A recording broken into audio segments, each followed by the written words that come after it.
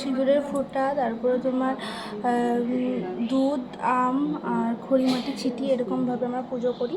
তো এটা বসুমতীকে আমরা এরকমভাবে পুজো করি। তো চলো, পুজো কমপ্লিট হলো। এবার কেমন আছো? আশা করি ভালোই আছো। আমি স্নেহা তোমাদের সঙ্গে চলে এলাম নতুন একটা ভিডিও নিয়ে। তো আজকে কী কী করছি না করছি সেটা তোমাদের সাথে শেয়ার করবো। তো এইখানে ঠাকুরের পুজো করে দিয়েছি।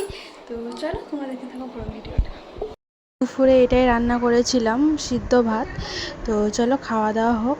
আর তো খাওয়া দাওয়া কমপ্লিট হলো, ওপরে চলে এলাম। বাপরে এতটা গরম না আজকে।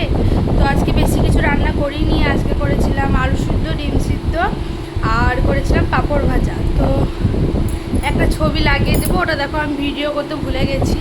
মানে ভুলে গেছি বলতে গেলে বাবু ফোন নিয়ে খেলা করছিল, তার জন্য ভিডিও করা হয়নি আর। তো আজকে চরম পরিমাণে গরম। তোমাদের ওইদিকে কীরকম গরম কমেন্ট করো। মানে রোদ নেই কিন্তু প্রচণ্ড গরম। তো যাই হোক, চলো একটু স্টার্ট হই, দিয়ে আবার বিকালবেলাতে তোমাদের সাথে আবার দেখা হচ্ছে।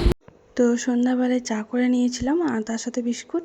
কার কার চাটা ভালো লাগে খেতে তো কমেন্টে জানাও। আমার সকালবেলা না খেলেও হবে, কিন্তু আমার সন্ধ্যাবেলাতে আমার চাটা লাগে।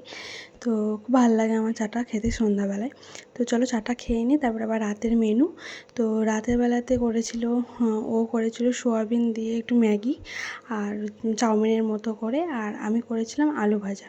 তো ও ম্যাগিটা সত্যি খুব ভালো করে। তো তোমরা যদি দেখতে চাও রেসিপি কমেন্টে জানাও, আমি তোমাদেরকে একদিনকে রেসিপি বলে দেবো। তো আর আমি করেছিলাম একটু আলু ভাজা। আমাকে এরকমভাবে আলু ভাজা খেতে খুব ভালো লাগে, মানে ঝোল ঝোল। তো একটু ভাত ছিল দিনের তো তার জন্য আমি আলু ভেজে নিয়েছিলাম। আর ওরা বাপ বেটা মিলে এটা খেয়েছিল।